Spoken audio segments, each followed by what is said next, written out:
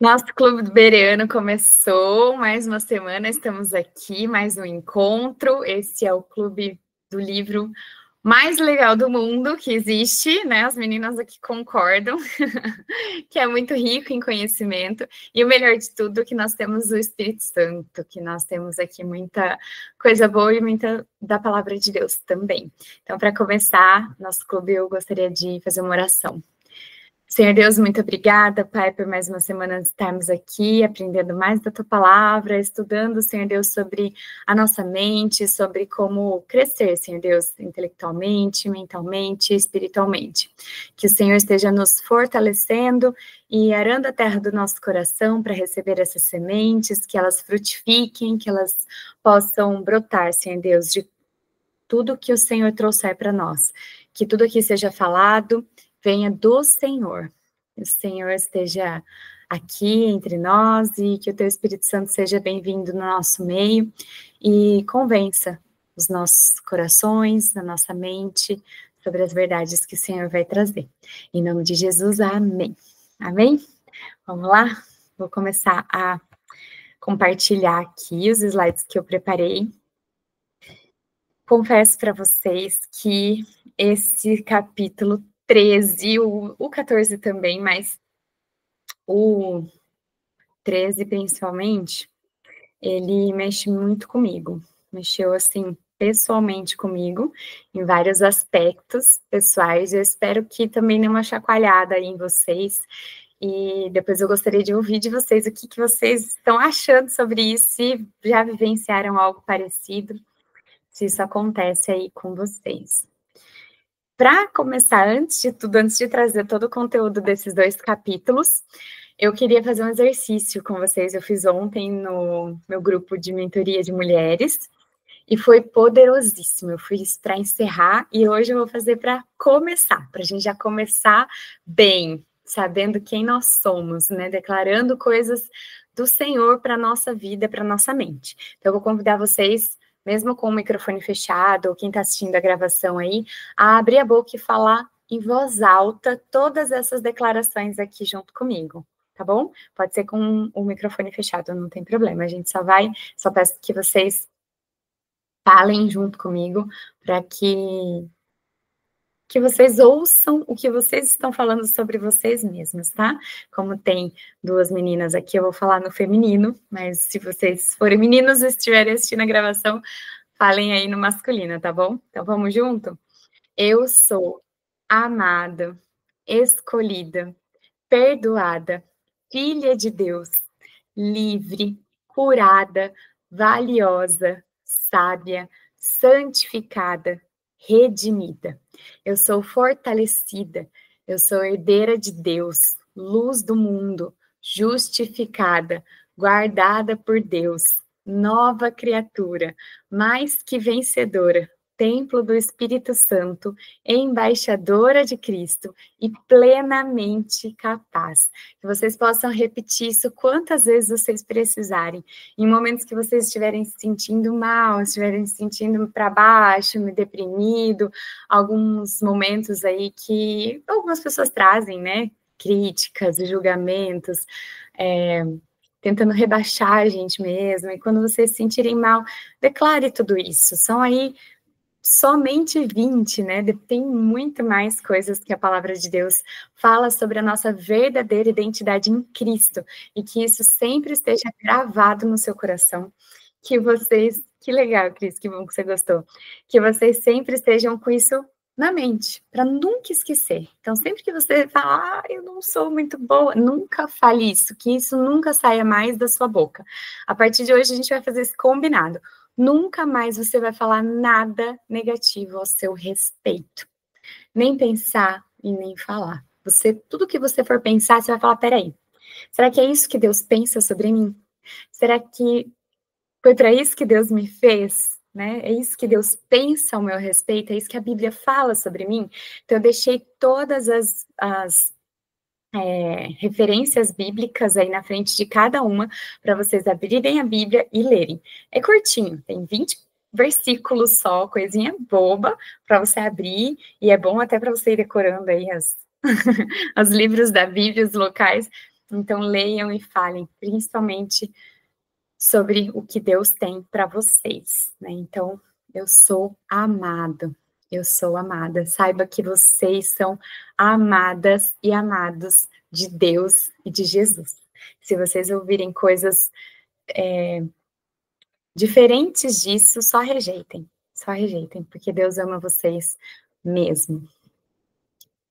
Depois disso, a gente pode começar, porque agora está todo mundo aqui fortalecida na sua identidade, para começar a pensar em algumas coisas aqui. Esse capítulo 13 me tirou o fôlego, assim, eu ia lendo e ia rindo de nervoso. O título dele é Uma Mente Julgadora, Crítica e Desconfiada. Não sei vocês, mas o julgamento, ele mexe muito comigo, assim, me deixa muito brava, muito nervosa, e eu tô nessa renovação da minha mente para não mais deixar absorver essas questões, de realmente estabelecer limites para essa mente julgadora, crítica e desconfiada, tanto do outro ao meu respeito, tanto de mim para com o outro. São 2 movimentos que eu quero trazer para vocês. Então, primeiro a gente vai falar primeiro não, tudo junto e misturado, né? Nós vamos falar do outro, dos relacionamentos interpessoais. Então, esse relacionamento pode ser entre você e seu namorado, você e seu marido ou esposa, namorada, né? Enfim, noivo.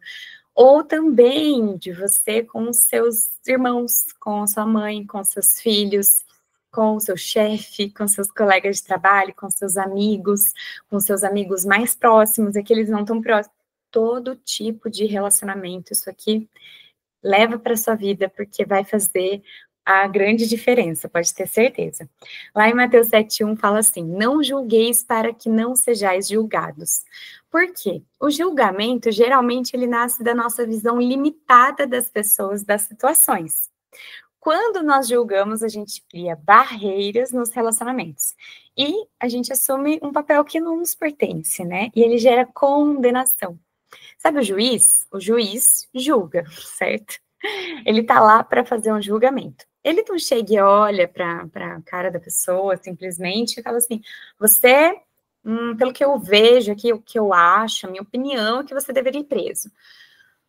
Ah, não, minha opinião é que você deveria ir solto. Não é assim que o juiz trabalha.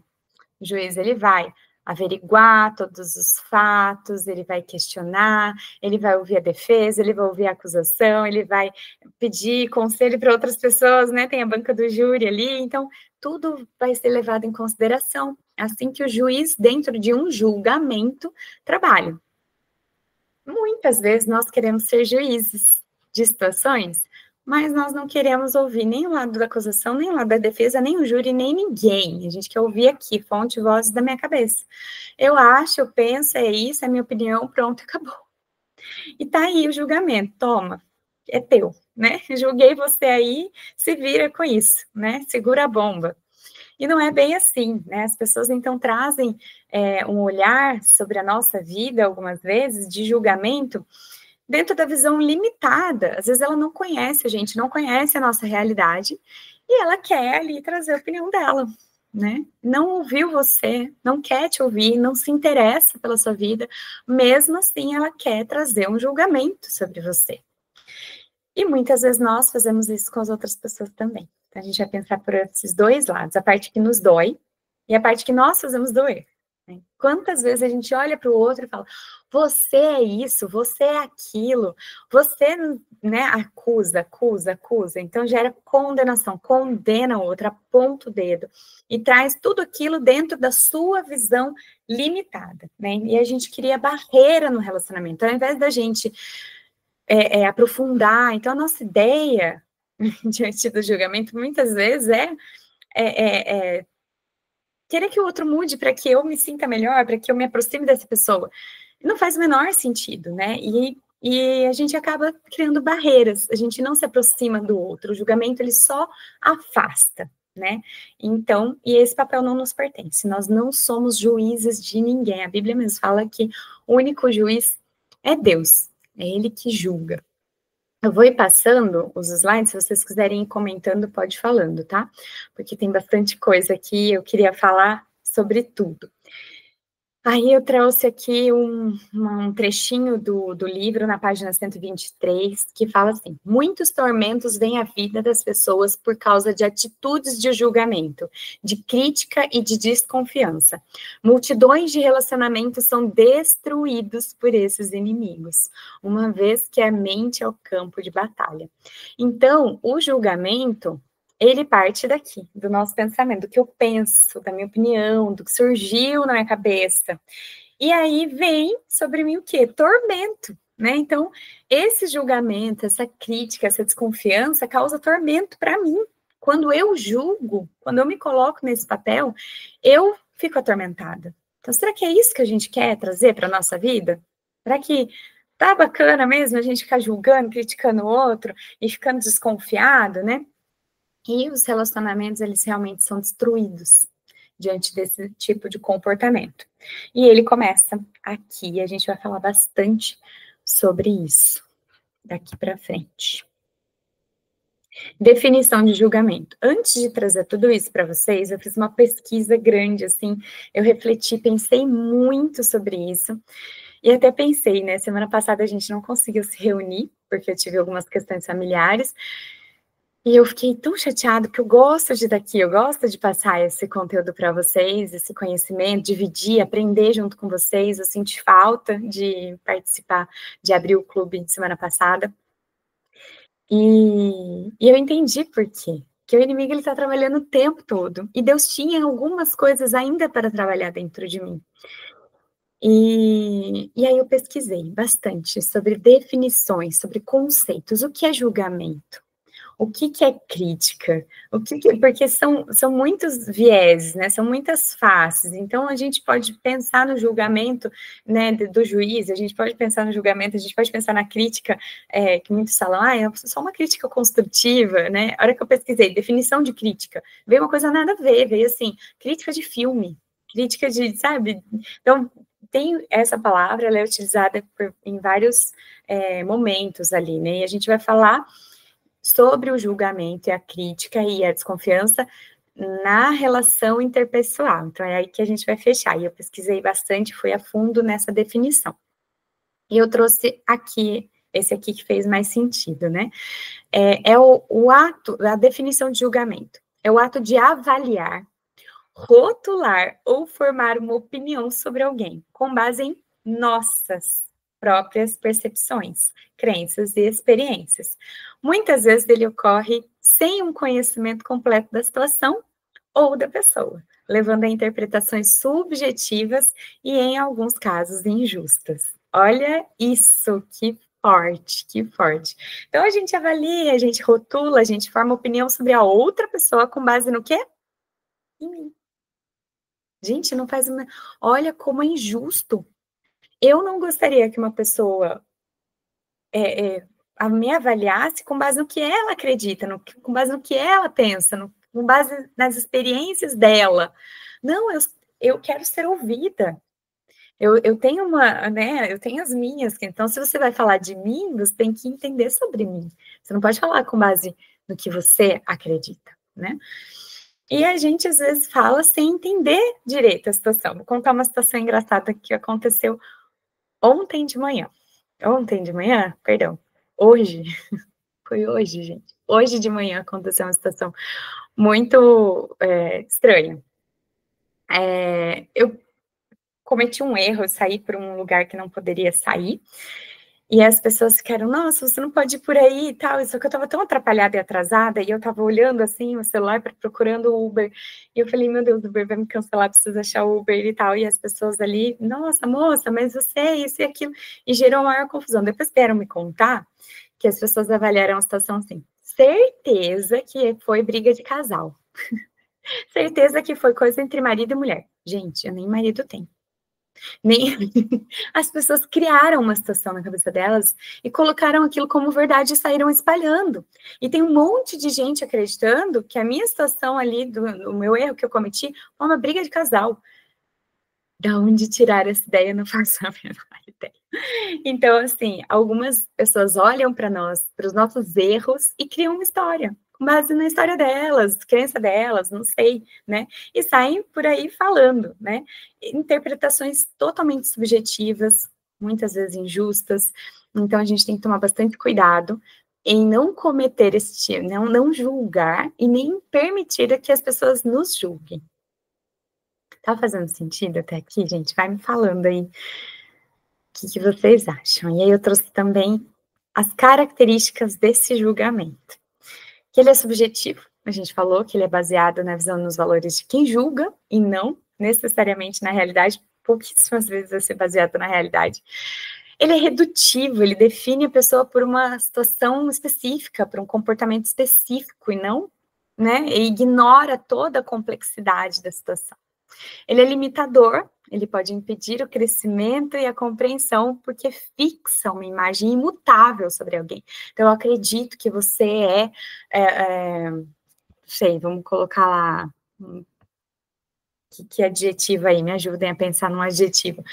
Você coloca um adjetivo, eu acredito que você é fofoqueira, não sei, você é fofoqueira, porque um dia, uma vez, eu ouvi você falar, então você é fofoqueira. Aí a pessoa fixou uma imagem imutável, ela colocou sobre você ali um julgamento, né? Você é fofoqueira. E não quis te ouvir, não quis saber, não quis entender nenhuma, nada, mas fixou ali, então limita, né? E ele é totalmente desconectado do diálogo. Muitas vezes ocorre sem que a pessoa julgada tenha a chance de se explicar. Ninguém veio perguntar para mim, viu? Você brigou com seu marido? Que marido, gente? Que marido? O que está acontecendo? Oi? Então, assim, não, a outra pessoa nem tem a chance de falar, né? Então, desconecta totalmente do diálogo. Nesse exemplo do fofoqueira, né? Aí, peraí, você parou para me ouvir? Né? Você parou para querer entender a situação? Ou você simplesmente vai fechar seu conceito sobre mim e acabou? Então, aí é desconecto, aí acaba, né? Não tem diálogo. Essas são as características do julgamento, quando ele se relaciona ali com, né, a parte interpessoal. E qual que é a alternativa, então? A gente já entendeu aqui até aqui que julgamento é uma coisa muito ruim para os relacionamentos, que acabam, destrói relacionamentos, limitam, desconectam. Qual que é a alternativa, então? O que a gente pode fazer sem julgar, né?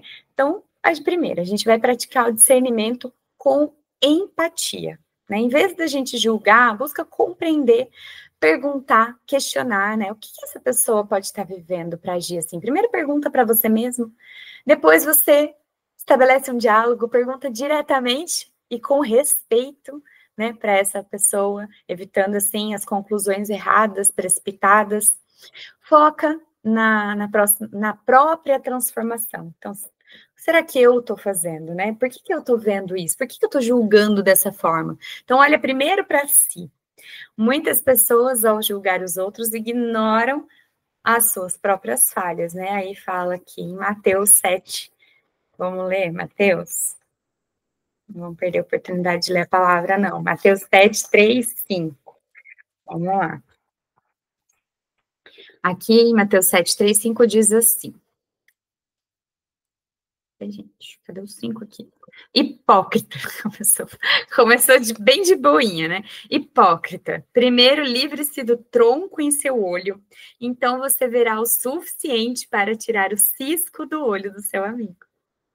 Quer dizer, você tá lá com um negócio enorme no seu olho, está cego, não está nem conseguindo enxergar direito. Então, primeiro, tira do seu olho, né? Esse tronco do seu olho. Depois você vê o cisquinho que está no olho do outro, né? Primeiro, olha para si.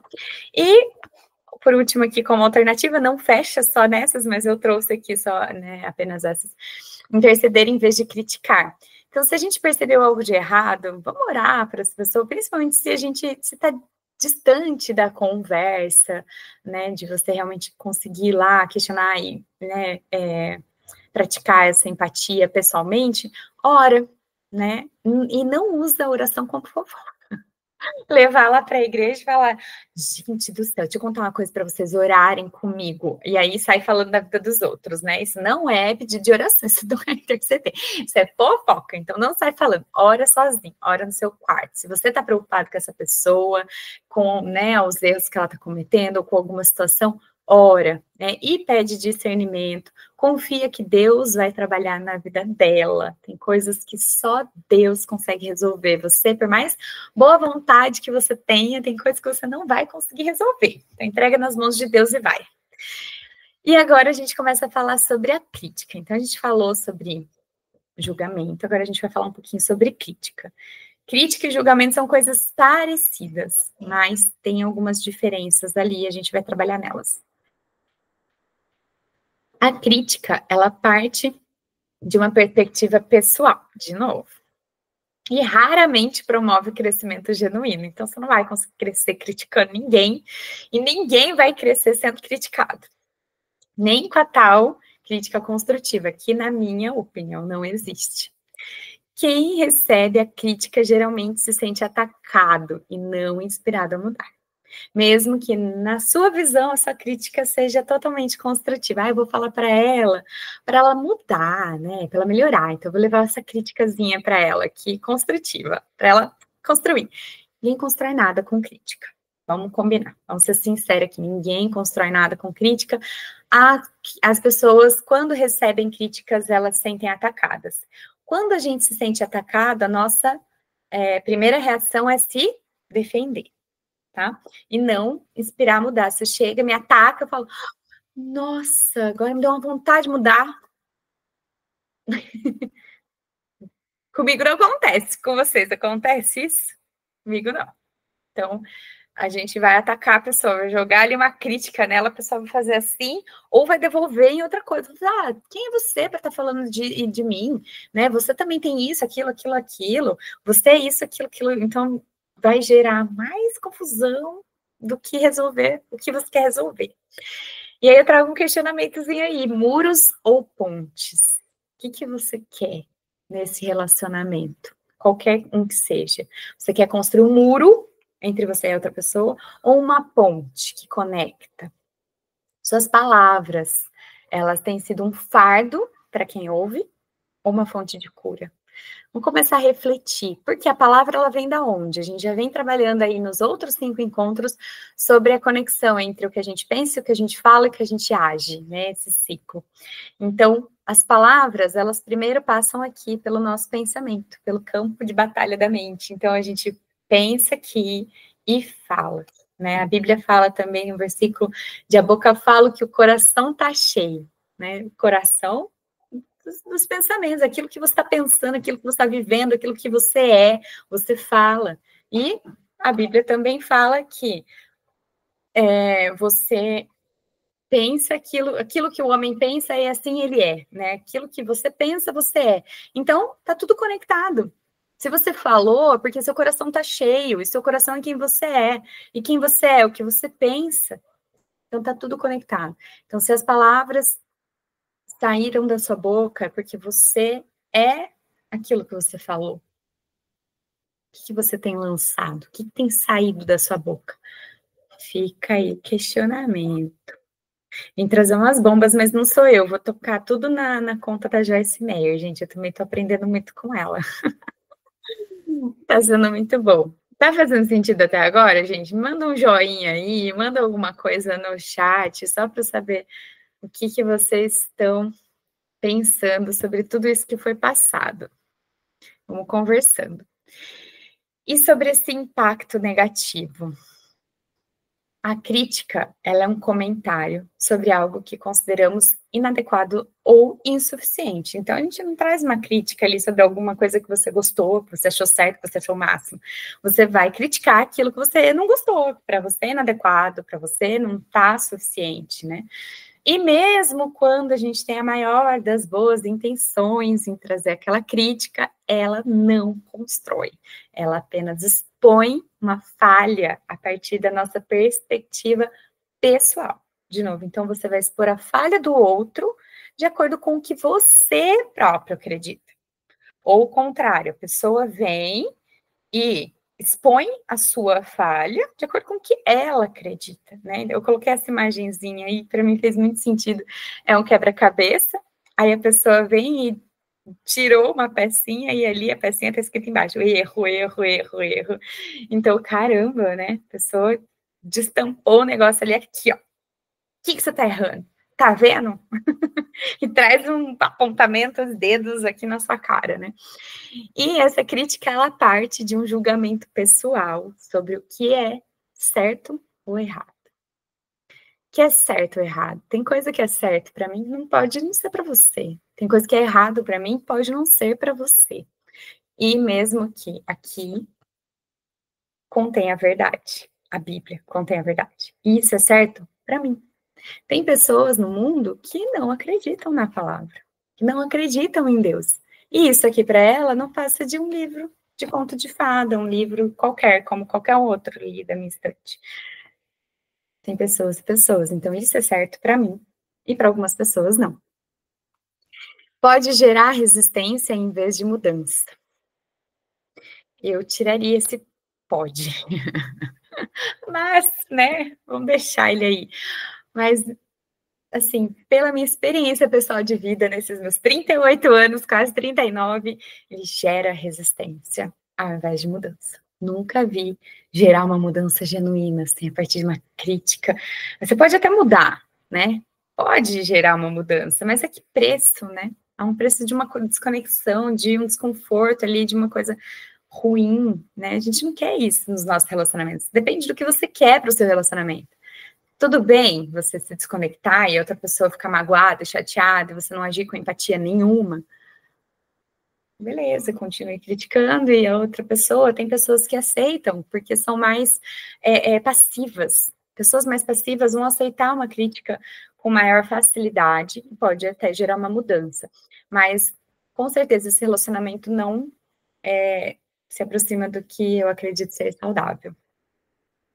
E a crítica, esse impacto negativo da crítica, ele não considera a perspectiva da outra pessoa.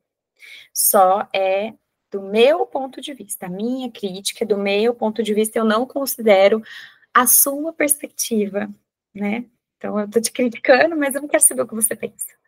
Só aceita, que é a minha crítica. E outro impacto negativo da crítica é porque ela foca no erro e não na solução. Então, ela aponta o erro, erro, erro, erro, erro, erro, erro. Tá, e aí? E daí? Como é que a gente pode resolver a situação, né? Tudo bem, tem um erro aqui, mas tem uma outra forma da gente apresentar esse erro, tem uma outra forma da gente ajudar o outro, se conectar com o outro diante desse erro. Eu acredito que os erros, eles são uma ótima oportunidade de crescimento e de aprendizagem. Todo mundo erra. Eu erro, você erra, todo mundo erra.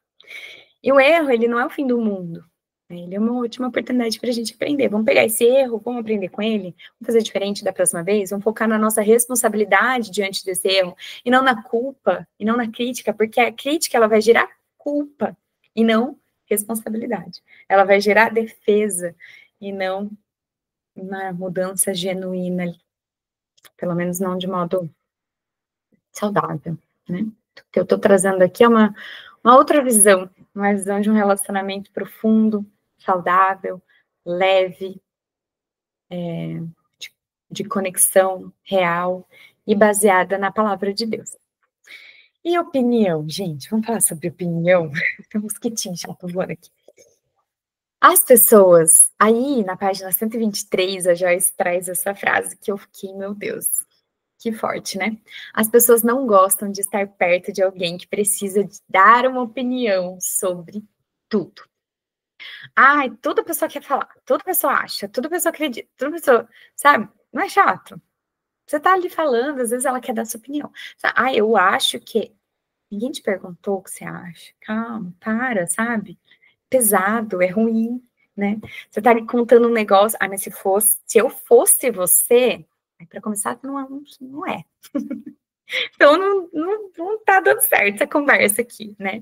A pessoa, tudo ela quer opinar. Tudo bem, né? Eu falo sempre assim, as opiniões são bem-vindas, todo mundo tem essa opinião formada sobre tudo, Mas também não é, tem hora que a gente precisa ter um discernimento, uma sabedoria, saber se calar, saber ouvir mais, falar menos, tá? A Bíblia também, né?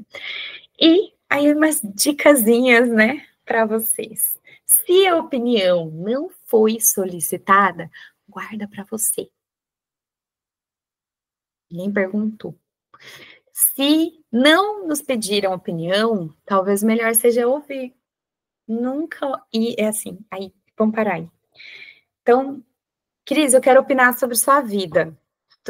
Não, mas Maíra do céu, quem te chamou para opinar sobre a minha vida? Ninguém te chamou. É chato, inconveniente, né? Vamos lá. E nunca eu coloquei que aceitar abusos. Nunca opine sobre os sentimentos do outro. Chego para você e falo assim, eu tô triste. Aí você responde, você não tem que ficar triste. Oxe, claro, nossa, tá, agora eu tô feliz. Né? Então, assim, não, sobre o meu sentimento ninguém opina. Sobre o que eu estou sentindo. Então, o sentimento e a emoção, ela é inata, ela vem.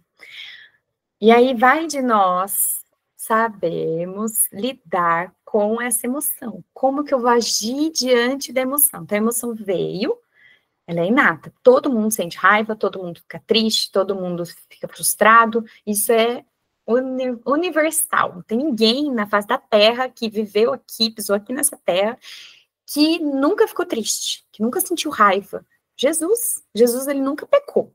Nunca. Mas ele chorou, ele ficou triste, ele sentiu fome, ele sentiu, né, raiva, não é? Lembra ele quebrando tudo lá no templo? Vocês estão vendendo as coisas aqui? Ficou com raiva e resolveu lá, mas ele nunca pecou. Então, imagina uma pessoa chegar para Jesus e falar assim: não concordo que você está com raiva. Você não tem que concordar. A raiva é do outro, né? Não tem quem concorde e desconcorde. O sentimento é do outro, então você pode não concordar com a ação, com a forma como ele lidou com a raiva. Então, olha, né, eu lido com crianças todos os dias, sou professora de educação infantil. A criança chega muito brava e me dá um chute. Fala, olha, tudo bem, você tá bravo. Me chutar, não. Isso eu não concordo, isso eu não aceito. Aí, ok. Aí é um limite saudável bem estabelecido. Então, olha, eu sei, você está com raiva, vamos entender sua raiva, vamos acolher esse sentimento da raiva. Sempre falo para eles, pode chorar? Alguns respondem, não, vira um coro. Claro que pode chorar, eu choro, todo mundo chora, gente, claro que pode. Pode ficar triste? Não, pode ficar triste. O que não pode? Aí a gente traz ali as ações que não são admissíveis, que são inadmissíveis. Se jogar no chão, chutar, quebrar as coisas, jogar as coisas para o alto, não pode.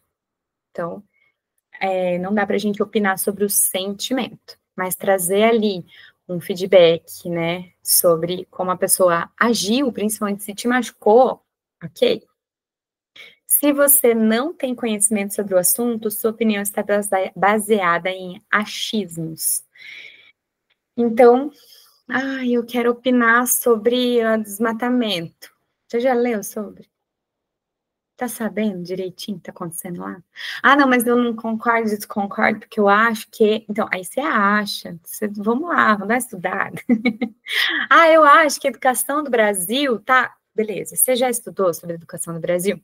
Você tá sabendo? Então, assim, a sua opinião, ela é muito bem-vinda, mas você tem que ter um embasamentozinho, né? Você tem que saber do que você tá falando. Não dá para você sair, né, falando, sem saber do que você está falando.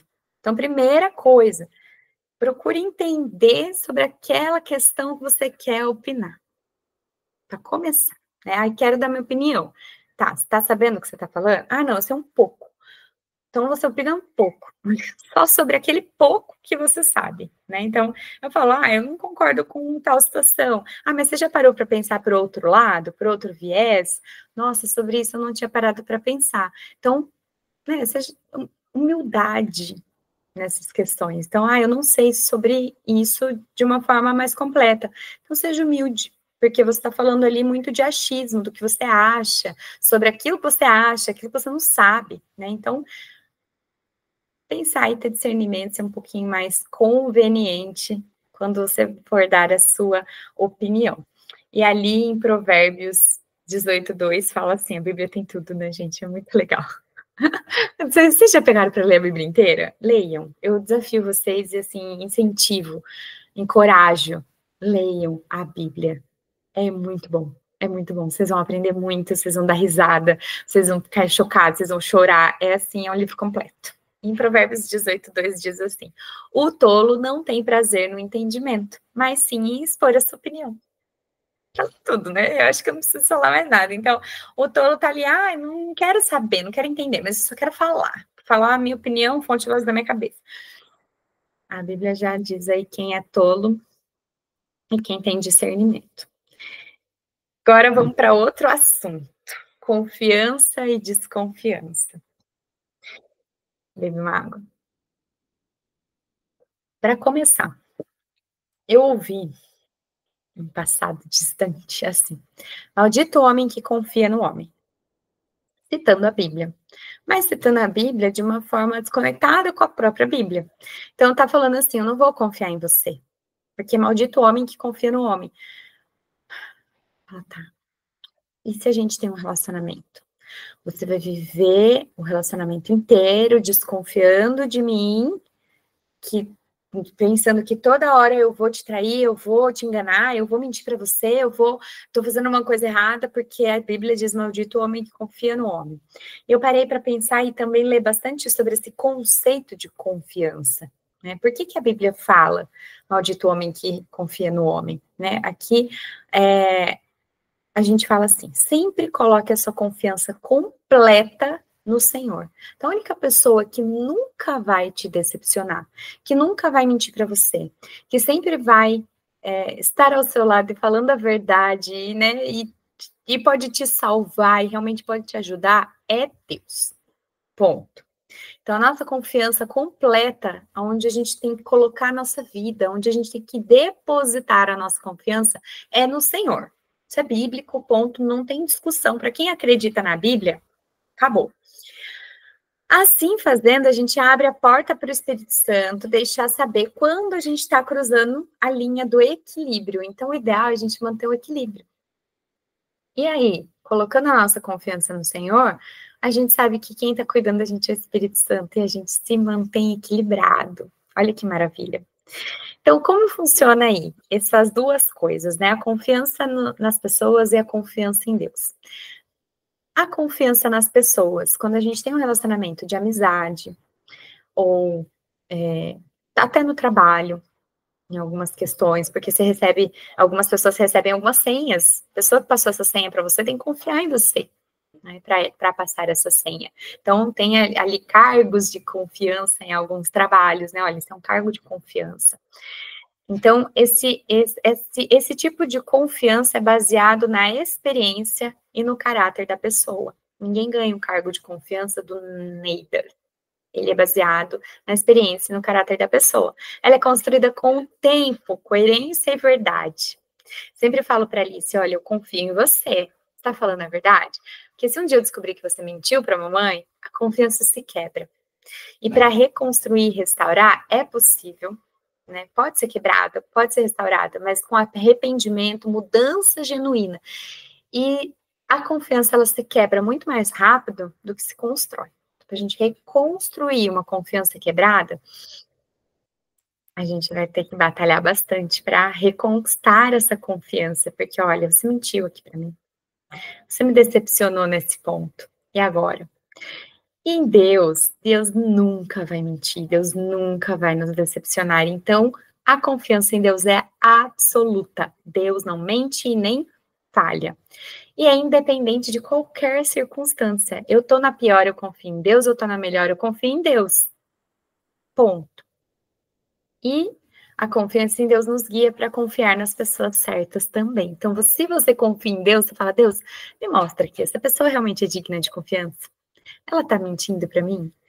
Mostra aí, né, o que tá oculto. Deus mostra. Deus mostra, porque a nossa confiança plena e absoluta está em Deus. E aí eu também coloco aí um desafio para vocês: não viva desconfiado. Porque a gente fica ansioso, né? Ai, a pessoa vai me trair. Ai, será que ele tá conversando com outra? Ai, será que ela saiu com outro? Ai, demorou pra me responder. E agora, nossa, gente, isso aí deixa sua mente doida. Você fica doido, você vive todo o tempo desconfiado, você tá achando que todo mundo tá mentindo pra você, você fica com aquela, né? Você fica o tempo todo tenso. Então não viva desconfiado. Se a sua confiança plena e absoluta está em Deus, descansa.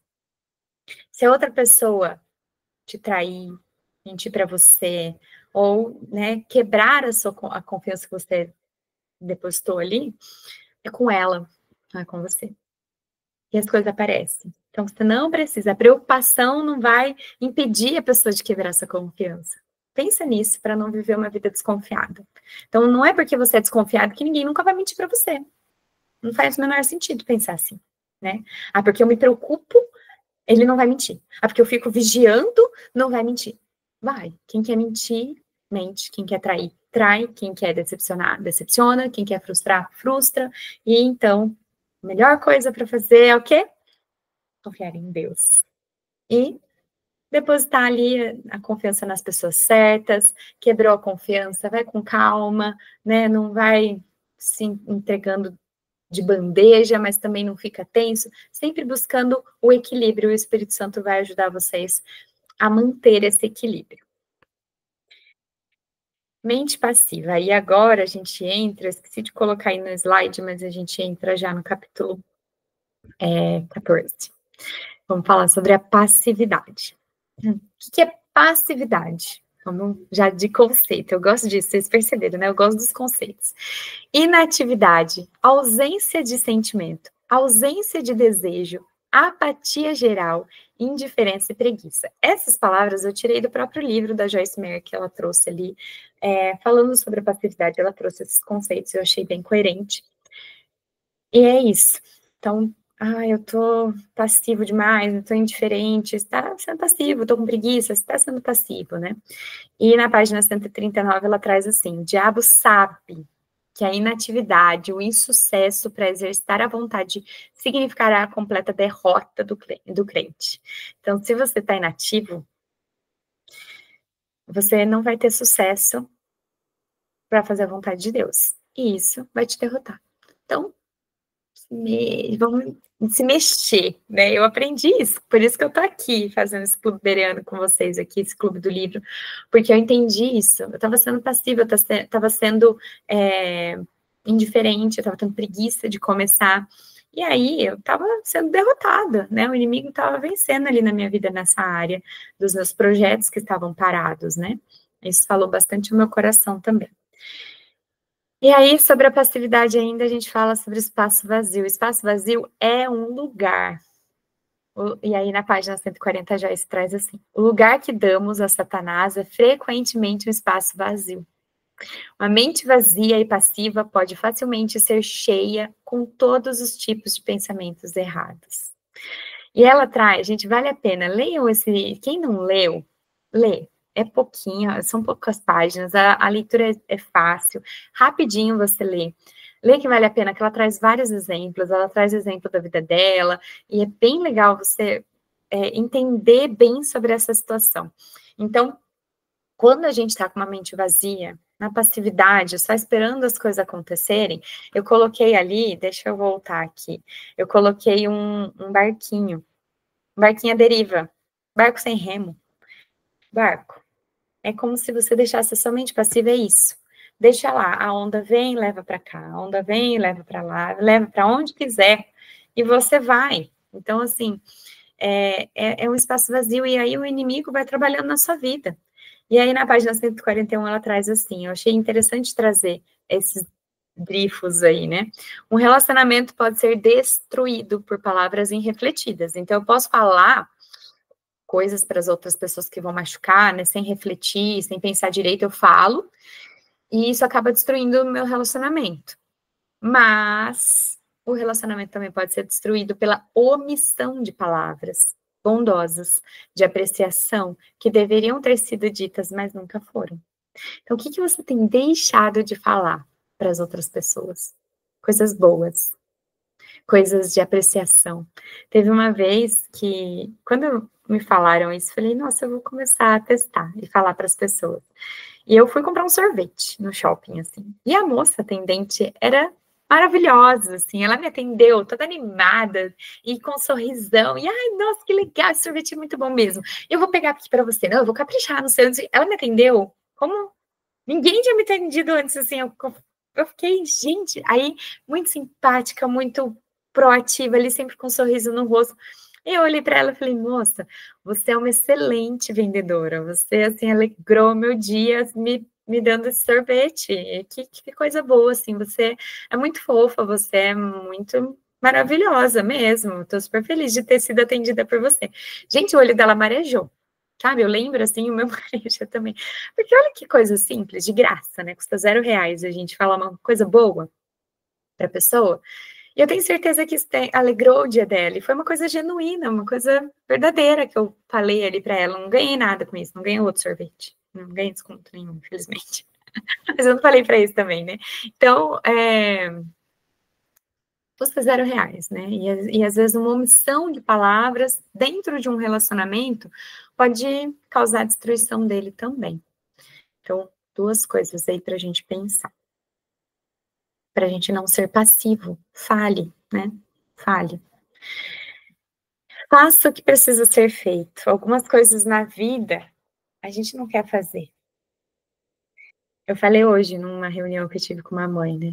Ai, se eu pudesse ficar em casa, fazendo o que eu quisesse, ai, na academia, vivendo uma vida de madame, e o dinheiro caindo na conta, que delícia, né? Eu não precisava ir lá trabalhar. Tem dia que a gente não quer trabalhar. Eu adoro meu trabalho.